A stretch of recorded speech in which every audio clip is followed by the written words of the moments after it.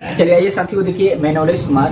बहुत थोड़ा सा विलम्ब हो गया इसमें, वीडियो जो लगातार चल रहा था 10th वाला, इसमें देखिए आज द्विघात समीकरण को लेकर आए हैं। जो मोस्ट इम्पोर्टेंट क्वेश्चन है उसको ही आपको हम बताने आए हुए हैं। इसको एक बार आप देख लीजिएगा तो परीक्षा में बेहतर स्कोर आप कर पाइएगा। चलिए आइए स्क्रीन पर आप ले जाइए। देखिए इसे पहचान कैसे करते हैं, पहले ऊपर लिखेंगे जिस समीकरण का चर घात 2 हो तो उसे द्विघात समीकरण कहा जाता है। यानी जिसका चर घात 2 होता है उसे द्विघात समीकरण कहते हैं।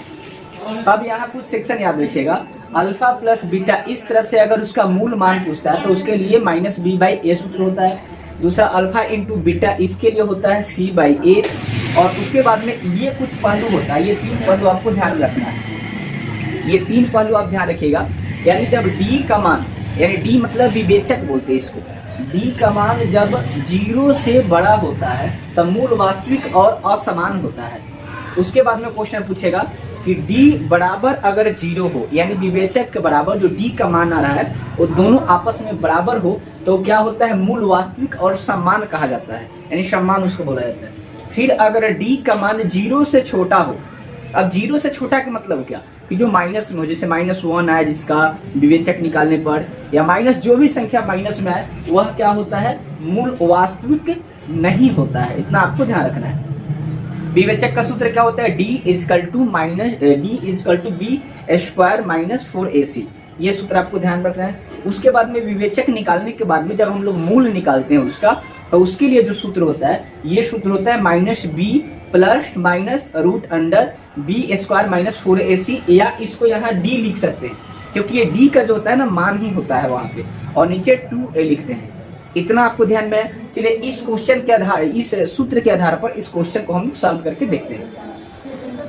देखिए यहाँ ये क्वेश्चन है, सबसे पहले इसमें a b c निकालना पड़ता है। जो चिन्ह रहता है वह चिन्ह आपको देना पड़ेगा। जैसे हम यहाँ a निकाले तो a बराबर कितना हो गया 2, फिर b बराबर तो -5 है तो -5।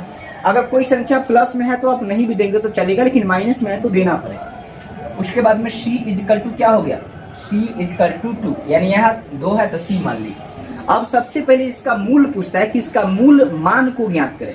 तो मूल मान को ज्ञात करने से पहले क्या करना पड़ता है, विवेचक निकालना पड़ता है, d ज्ञात करना पड़ता है। तो उसके लिए कौन सा सूत्र है, इस सूत्र का उपयोग करते हैं। तो d = b² - 4ac। अब देखेंगे b क्या है आपका, तो -5 है तो रखिए -5 -4 और गुणे a कितना है 2 दिया हुआ है, और c कितना है 2 दिया हुआ है। बस इसको जैसे हम बता रहे हैं उस तरह से देख लीजिए। पीछे इसका 3 चैप्टर्स का वीडियो जिसमें 2 चर वाले रैखिक समीकरण, वास्तविक संख्या और बहुपद बताए हैं। नहीं देखे होंगे तो स्क्रीन पर आपको दिख जाएगा आई बटन में, वहां से जाकर उस वीडियो को देख सकते हैं, या इसके एंड में आपको मिल जाएगा, या डिस्क्रिप्शन में देख सकते हैं आप। तो देखिए अब इसको जब हम सेट कर दिए तो अब क्या करेंगे, इसको सॉल्व करेंगे। यानी माइनस को 2 बार करने से क्या होता है, प्लस हो जाता है। तो अब यहाँ कितना हो जाएगा, यहाँ 25 लिख देंगे तो माइनस माइनस क्या हो जाएगा प्लस, और फिर यहाँ माइनस लिख देंगे। 4 दूना 8, 8 दूना 16। अब इसको घटाने पर कितना आएगा आपको, 9 आएगा। यानी 9 आपका d जो आया 9 आ गया। अब इसके आधार पर हम मूल निकालेंगे इस सूत्र पर आके। जो आप करेंगे तो मूल ज्ञात करने के लिए क्या करते हैं, इस सूत्र को लिखते हैं। यानी x बराबर क्या लिखेंगे, -b प्लस -√d भी लिख सकते हैं या इसको भी लिख सकते हैं, दोनों एक ही चीज होता है। और बटा कितना लिख देंगे 2a। अब -b के जगह आपको ध्यान में रखना है, पहले कितना हम निकाले थे तो -5 आया था, तो उस माइनस को भी और इस माइनस को भी दोनों को लिखेंगे। तो -5 और माइनस, यानी इसका माइनस और -5 पहले से रह गया, प्लस माइनस d का मान कितना आ गया 9, और 2 गुने a का मान कितना आया था, यहाँ निकाले थे ना, a बराबर 2 और b बराबर -5 और c बराबर 2 था, तो a का मान 2 रख दिया। अब इसको सॉल्व करते हैं तो प्लस माइनस क्या हो, माइनस माइनस क्या हो गया, प्लस आ गया, यानी 5, और प्लस माइनस दोनों को आप लिखते चलिएगा, बाद में अलग अलग कर देना है। 9 के जब वर्क करके निकालेंगे रूट से तो 3 3 9 हो जाएगा, यानी 3 आ जाएगा यहाँ, और यहाँ कितना आ जाएगा 2 दूना के 4। अब देखिएगा एक बार प्लस में इसको करते हैं सॉल्व और एक बार माइनस में करते हैं। तो एक बार जब प्लस में करेंगे यानी इस तरह से बांट देते हैं, एक बार में प्लस में करते हैं और एक बार माइनस में करते हैं, तो कितना आ जाएगा ये 5 और 3 8 और 4 नीचे आ गया, तो 8 बटा कितना आ गया 4, ये कट जाएगा तो कितना आ जाएगा 2, यानी एक जो आएगी संख्या आपका 2 आया। दूसरा क्या आ जाएगा, दूसरा जब ज्ञात करेंगे तब 5 माइनस 3/4 ये आ जाएगा आपका।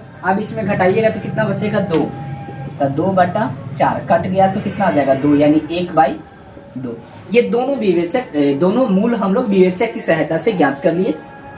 एक चीज और ध्यान रखिएगा, व्यापक रूप जो होता है ax² plus bx plus c equal to 0, इसका विवेचक रूप हम लोग करते हैं।